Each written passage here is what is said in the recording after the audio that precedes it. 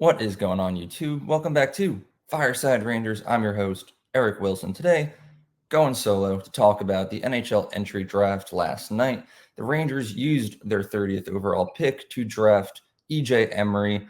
Obviously, there was a lot of speculation that the Rangers were going to trade up, possibly make a bigger splash, but I don't know what happened with Chris Drury. He was probably slumping on the phone a little bit there, but that will be a talking point today, but full disclosure, it says instant reaction. I know it's the next day.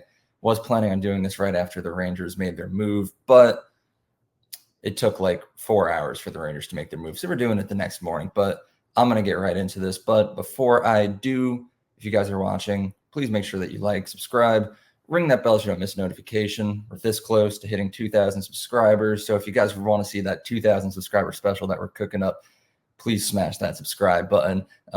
Leave your thoughts on this draft pick down in the comment section below. And lastly, be sure to follow us on all of our social media platforms at Fireside Rangers. But the first thing that I do want to talk about before, getting into Emery as a player, what he brings to the team, is just the draft itself. I feel like last night's draft was completely all over the place. The first overall pick went exactly how we thought it was going to go. Macklin Celebrini is a member of the San Jose Sharks. Shout out that number one Sharks fan that was going absolutely crazy sitting near the microphone. I know, just looking on Twitter and everything, a lot of people were hating on it, saying it was really annoying, but I personally found it really funny, and it ended right away. Come on, where's the humor and everything, guys? But then after that, the third overall pick with the Ducks drafted a guy that was supposed to go like 13 to 15 range. Even he was going he was like, what? Like me? Are you sure of me? But, and then I don't know, everything was going all over the place. I thought the Rangers were going to trade up. It was supposed to be the day of trades. The NHL and all of the reporters were saying that pretty much most of the teams were going to try to trade up, and there was only like two.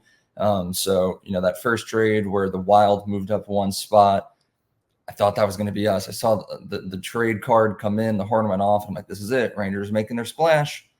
And then they never did. So I don't know what happened with Drury. This has happened in the past where the Rangers were supposed to trade up very highly, never ended up happening. And then later we learned that Drury had a trade in place, and then it fell through at the last moment. So maybe we're dealing with some sort of situation like that where he was trying his hardest and he just couldn't get anything done. But ultimately, 3 hours went by. Pick number 30 came around.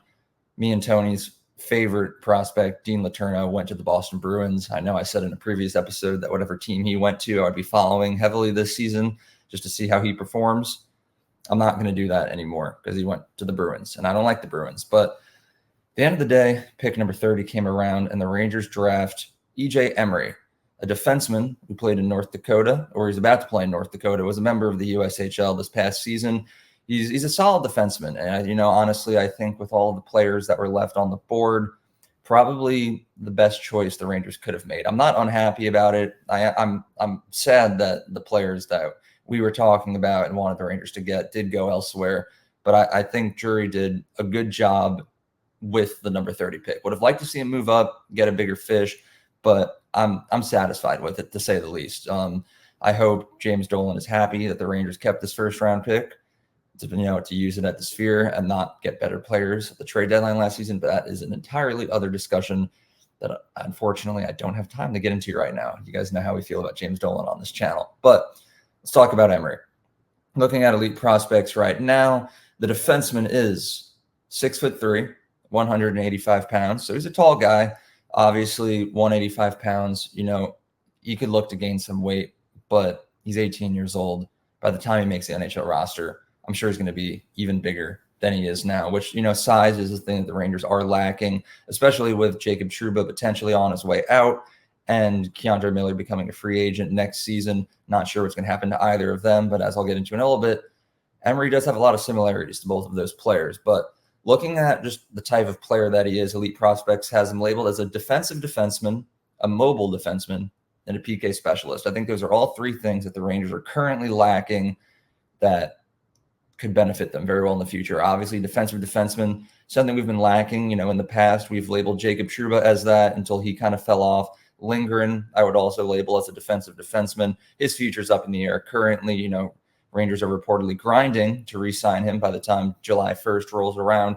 But there's also been reports that the Rangers could possibly trade him away if the right deal comes across Drury's table. And then other than that, I feel like we also have Braden Schneider. I know last time we talked about this, we forgot to mention Schneider, and a couple of you guys got angry in the comments. Schneider is a great defensive defenseman. Have to put that out there. But other than that, I look at Miller, Fox, even like Jones, I would consider to be offensive defensemen. We need a solid lockdown guy who's going to stay back and let the other offensive defensemen that we have do their thing.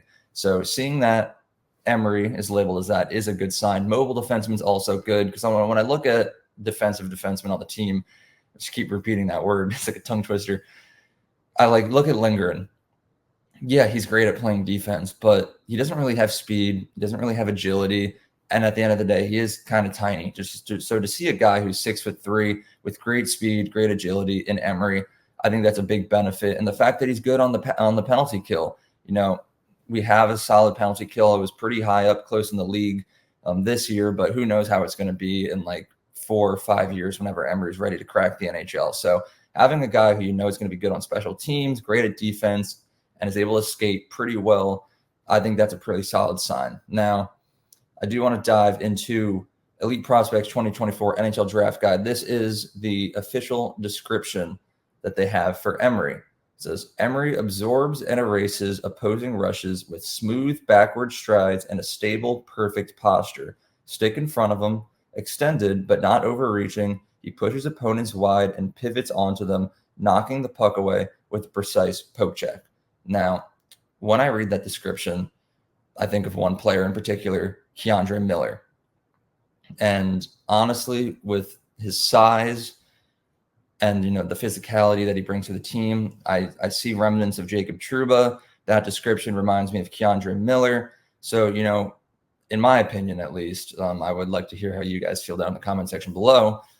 It kind of seems like if you're taking Trouba, you're taking Miller, but only their best qualities and then mashing them into one player. So, and then obviously, like I just said before, both players, their future is in question. There are rumors going around right now that Trouba could be traded by the end of the day today, which we might be back later to talk about that. Fingers crossed.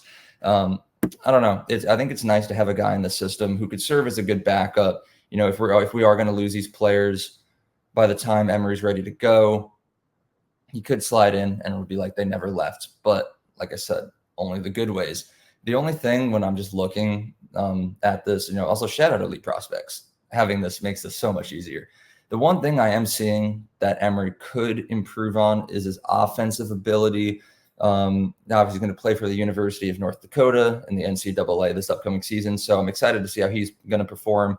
Obviously, we'll be tracking him throughout this upcoming season. But looking back at this year, 2023, 2024, he's played for a couple different teams. He was on the U.S. national under-18 team.